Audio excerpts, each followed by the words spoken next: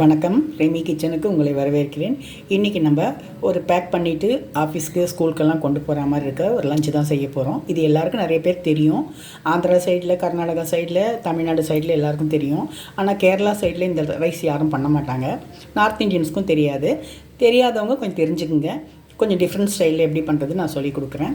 Back பண்ணி கொண்டு போகிறதுக்கு, லஞ்சு பேக் பண்ணுறதுக்கு ரொம்ப ஈஸியானது, ரொம்ப நல்லாயிருக்கும். கொஞ்சம் உதிராக வடித்த சாதம், கொஞ்சம் வேர்க்கடலையும் கடலைப்பருப்பும், பச்சை வேர்க்கடலையாக இருந்தாலும் பரவாயில்ல, வறுத்த வேர்க்கடலையாக இருந்தாலும் பரவாயில்ல, கொஞ்சம் பச்சை மிளகா, இஞ்சி, கருவேப்பிலை, நான் ஒரு ஒரு ஆள் 2 பேருக்கு சாப்பிட்ற அளவுக்கு எடுத்திருக்கேன். அதனால் ஒரு 1.5 லெமன் எடுத்திருக்கேன். உங்களுக்கு நல்லா புளிப்பு வேணால் 2 கூட எடுத்துக்கலாம். இது ஒரு ஆளுக்கு பேக் பண்ணலாம், இல்லை 2 பேருக்கு, சின்ன பசங்களாக இருந்தால் 2 பேர் பேக் பண்ணலாம். நல்லா சாப்பிட்றவங்கன்னா ஒரு ஆளுக்கு சாப்பிட்லாம். கொஞ்சம் கம்மியாக சாப்பிட்றவங்கன்னா 2 பேரை கூட சாப்பிட்டுக்கலாம். லஞ்சு பேக் பண்ணி போகும்போது எல்லோரும் கொஞ்சமாக தான் கொண்டு போவாங்க. அதனால் 2 பேர் பேக் பண்ணலாம். மஞ்சப்பொடி, பெருங்காயம் எல்லாமே நம்ம எப்பவும் போடுற மாதிரி, சால்ட்டு, அவ்வளோதான். ரொம்ப ஈஸியானது. எப்படி செய்கிறதுன்னு இப்போ பார்க்கலாம். கடாய் சூடு பண்ணி ஒரு 2 ஸ்பூன் ஆயில் போட்டுக்கணும். ஆயில் நல்லா சூடானோடனே கொஞ்சம் கடுகு, உளுத்தம் பருப்பு போட்டுக்கணும்.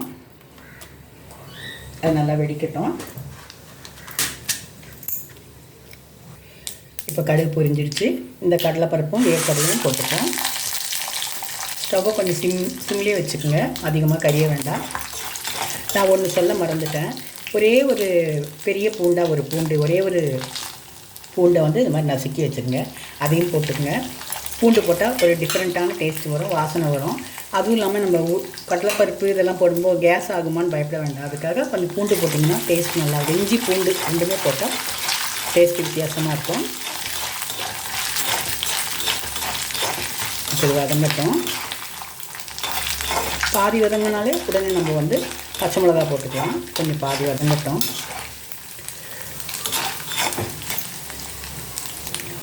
தேங்காய் சாதத்துக்கு, லெமன் சாதத்துக்கு, புளி சாதத்துக்கெலாம் வேர்க்கடலை போட்டிங்கன்னா டேஸ்ட் ரொம்ப நல்லாயிருக்கும்.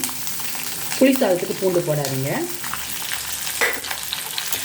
லெமன் சாதத்துக்கு மட்டும் பூண்டு போட்டால், இஞ்சியும் பூண்டும் போட்டால் டேஸ்ட் நல்லாயிருக்கும். தயிர் சாதத்துக்கு நம்ம இஞ்சி போடுவோம், பூண்டு போட மாட்டோம். வதங்கட்டும்.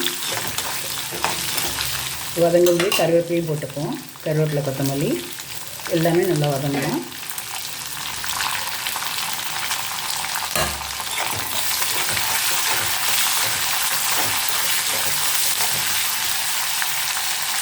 இது வதங்கிட்டு இருக்கும்போது மஞ்சப்பொடியை கொஞ்சம் போட்டுப்போம். மஞ்சப்பொடி கொஞ்சம் தாராளமாகவே போட்டுக்கலாம்.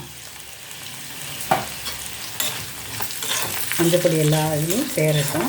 அப்போ நம்ம உப்பு போட்டுப்போம். ஸ்டவ்வை கொஞ்சம் சிம்மில் வச்சுருங்க. சாதமும் சேருது இல்லையா, அதனால் உப்பு கொஞ்சம் வேணும். புளிப்பு காரமாக இருக்கும்போது உப்பும் இருந்தால் தான் டேஸ்ட்டாக இருக்கும்.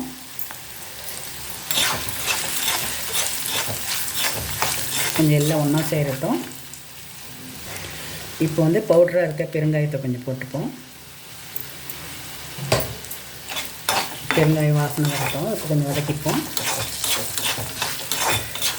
லெமன் நம்ம ஸ்டவ் ஆஃப் பண்ணிவிட்டு தான் லெமன் பிடிக்கணும், லெமனை ஊற்றணும். ஏன்னா லெமன் சூடுலேயே ஊற்றிட்டிங்கன்னா, ஸ்டவ்லேயே ஊற்றிட்டிங்கன்னா அது கசப்பு தன்மை வந்துடும். ஸ்டவ் ஆஃப் பண்ணிவிட்டு அப்புறமா லெமன் போட்டு உடனே சாதத்தை போட்டு கிளறணும். இப்போ ஸ்டவ் ஆஃப் பண்ணிவிடுவோம்.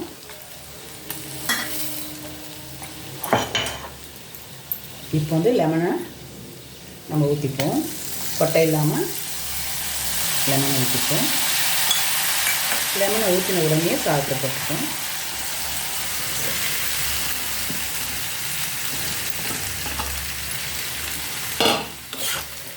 போட்டு நல்லா கிளறிப்போம். எல்லா இடம் எல்லாம் ஒன்றா ஸ்மாஷ் ஆகணும். எல்லா இடம் மஞ்சள் கலர் வரணும்.